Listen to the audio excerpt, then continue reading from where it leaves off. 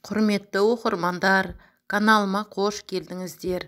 Қазақ тіл каналымның дамуына үлес қосып жатқан әрбір жанға алғысым шексіз.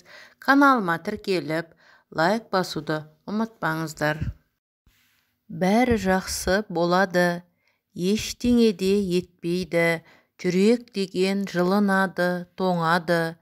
Әр мезгілдің шуағы бар бораны, бәр өткінші бар емес пе өмірдің ақ пен қара жолағы. Жаратқанға кінәртамыз не деппіз, ештеңе де болмайды екен себепсіз.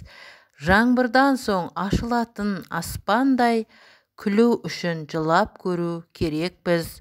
Өмір ғой бұл, бірде қайғы қуанышқа толады, ғалам түсі түрленеді, оңады. Көңіліңе еккен гүлің солса да, біліп жүрші, бәрі жақсы болады. Аузыңа келгенді айтып ап, тура жолды көрсетеді жатып ап. Айналамда ақыл айтқыш адам көп, ішіндегі менау деймін ақымақ. Кім көрінген ақыл айтып үнемі, солар ғана көп нәрсені біледі. Өз тесігін біте алмай біреулер, жыртығымды жамағысы келеді. Өтірікті айтқан кезде зулайды, кейде солай көңіліңді аулайды. Қолдарынан түк келмейді ал бірақ, ақыл айтса данышпаннан аумайды. Абай десем есіме ер түседі, қалың елім құнарым жер түседі.